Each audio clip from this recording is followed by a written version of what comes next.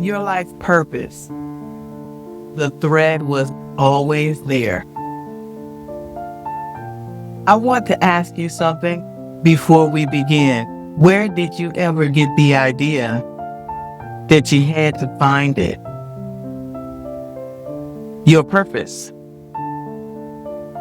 Your calling. The thing you're supposed to be doing with your life. Where did the word find come from? Because the language is doing something to you. Find suggests it's lost, hidden, somewhere out there waiting to be discovered. Some women spend whole decades searching for the thing that has been with them the entire time. They die looking. And the looking is the tragedy. Not the not finding. This is foresight. And today, we're going to do something different with the question of purpose. We're going to stop looking and start tracing. Your purpose has been leaving footprints in your life this whole time. The thread was always there. You just weren't taught to read your own record. What you were told, somewhere along the way, you were sold a story about purpose. That is a singular destiny. That there is one right answer for your life. And your job is to find it before you run out of time. That successful people figured it out early. And if you haven't figured yours out yet, you must be behind. That was not wisdom. That was marketing. Real purpose doesn't announce itself with a thunderclap. It doesn't arrive on the mountaintop. It doesn't require a sabbatical, a vision quest, or a coach who charges you $10,000 to ask you what your inner child wants. Your purpose is the pattern that keeps quietly repeating itself in your choices, your energy, your returns, your refusals, for as long as you've been you. It has been showing up. You just haven't been counting it. The signals. Let me draw the pattern for you. Because once you see how it shows up, you'll never be able to unsee it in your own life. Your purpose is the work you do when nobody's paying you. The conversations you have at midnight that you can't shut up about. The thing you still be drawn to if your title disappeared tomorrow. It's the questions you keep coming back to. Different jobs, different decades, same question. That's a signal. It's in what people keep asking you about. Strangers, co-workers, your sister's friend. There's something they sense in you that they want a piece of. Pay attention to what they're sensing. It's in what makes you lose track of time. The thing you came up for air from and realized it was hours later. That's your nervous system telling you something. And it is what you've been unable to stop, even when it was inconvenient, unprofitable, or unpopular. You kept doing it anyway. That's not stubbornness, it's alignment. Now, look across all of those signals. Is there a thread? Almost certainly there is. That thread is your purpose. It's been right there. A word for the women whose purpose was weaponized. I need to slow down here,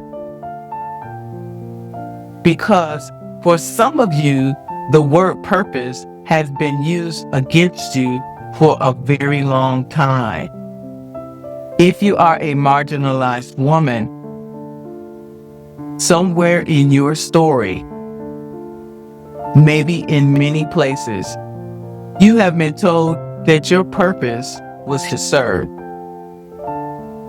to fix, to hold family together, to carry the company, to raise other people's consciousness while keeping your own quiet, to be the strong one,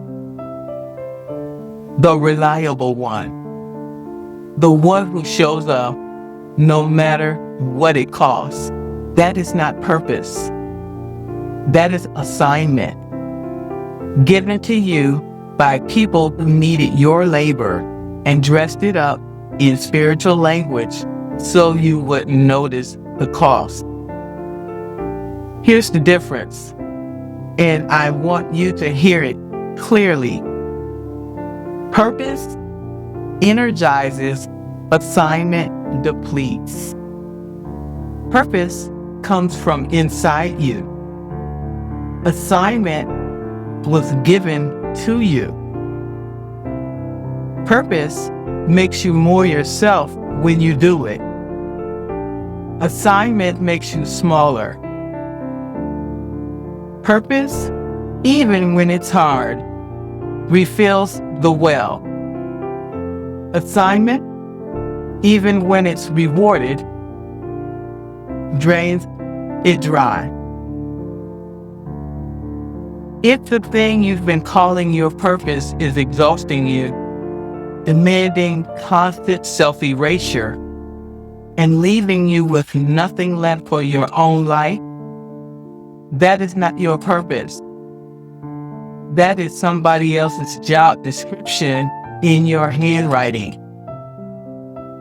Your real purpose is allowed to belong to you alone. It is allowed to be selfish. It is allowed to serve no one else first.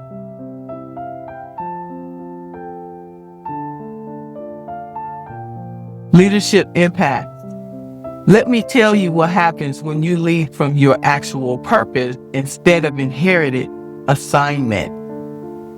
Your decisions get easier, not the decisions themselves, the deciding.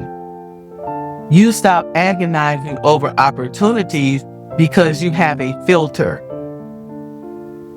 Does it advance the thread, or does it pull me off first?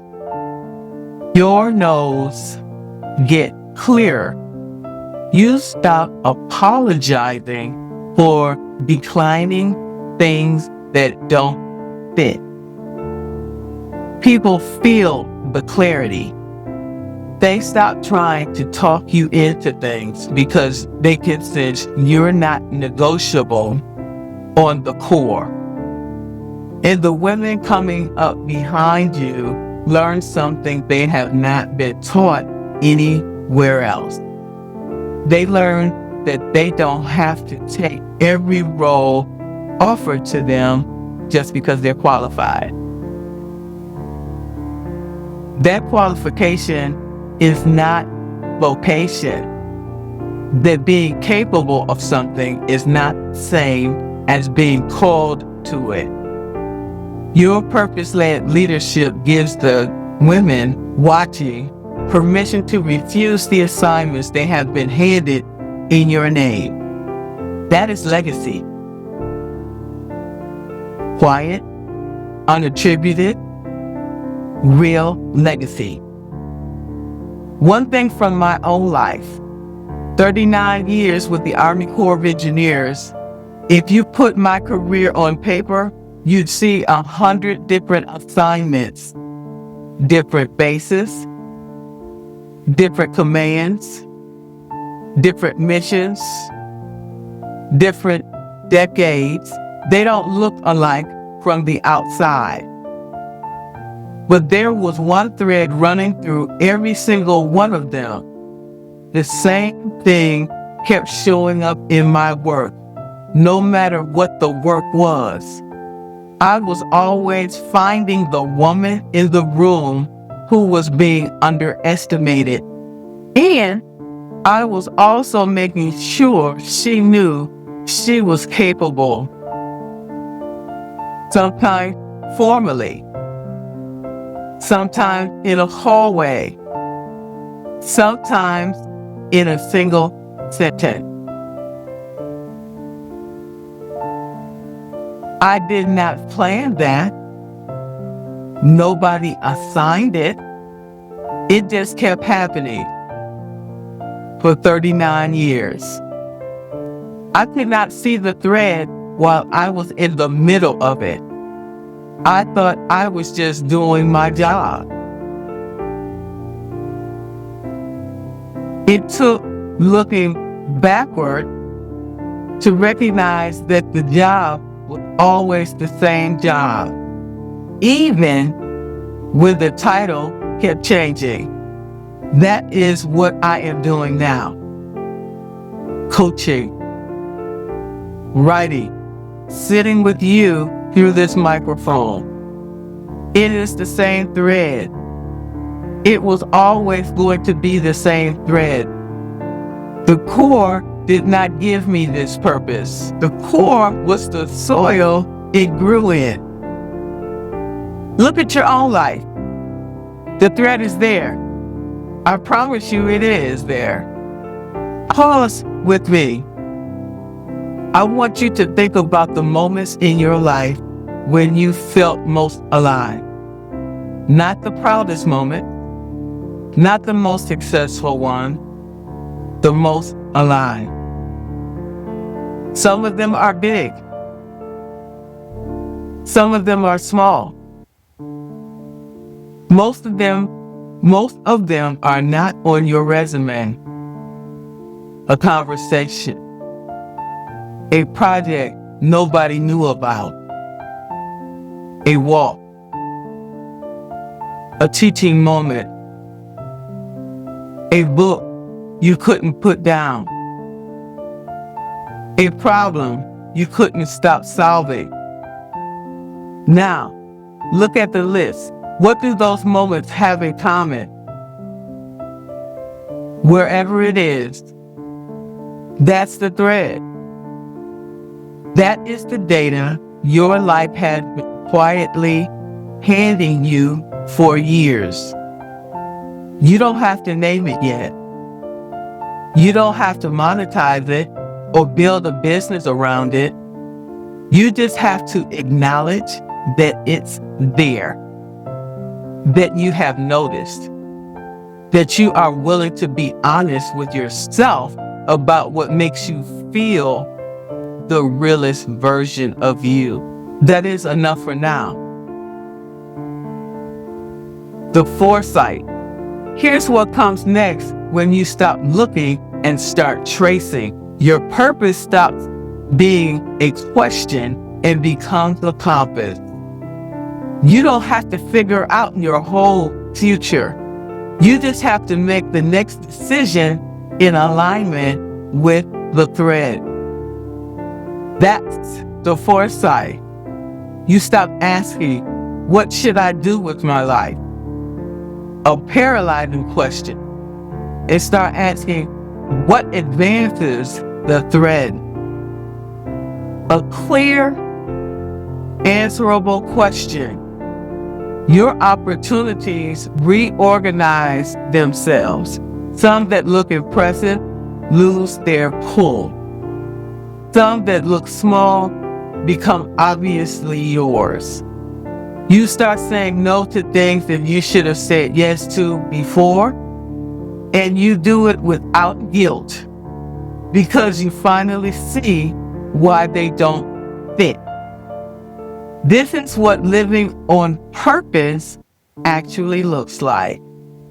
Not a thunderclap, not a brand, a quiet, steady refusal to keep walking in directions that don't match the thread. Final thought and a question. Your purpose isn't lost. It hasn't been waiting for you to deserve it. It hasn't been hidden by anyone. It hasn't failed to arrive. It has been with you the whole time, leaving evidence, pulling at your attention, showing up in moments you couldn't explain why you cared so much. Your job is not to find it. Your job is to stop pretending you don't already know. Here's the question I'll leave you with. What thread has been running through your every chapter of your life that you've never given yourself permission to name as your actual purpose? Sit with that. Then start tracing, not finding. Tracing. The thread was always there. It still is. It always will be. This was foresight. I see you. I'll see you next time.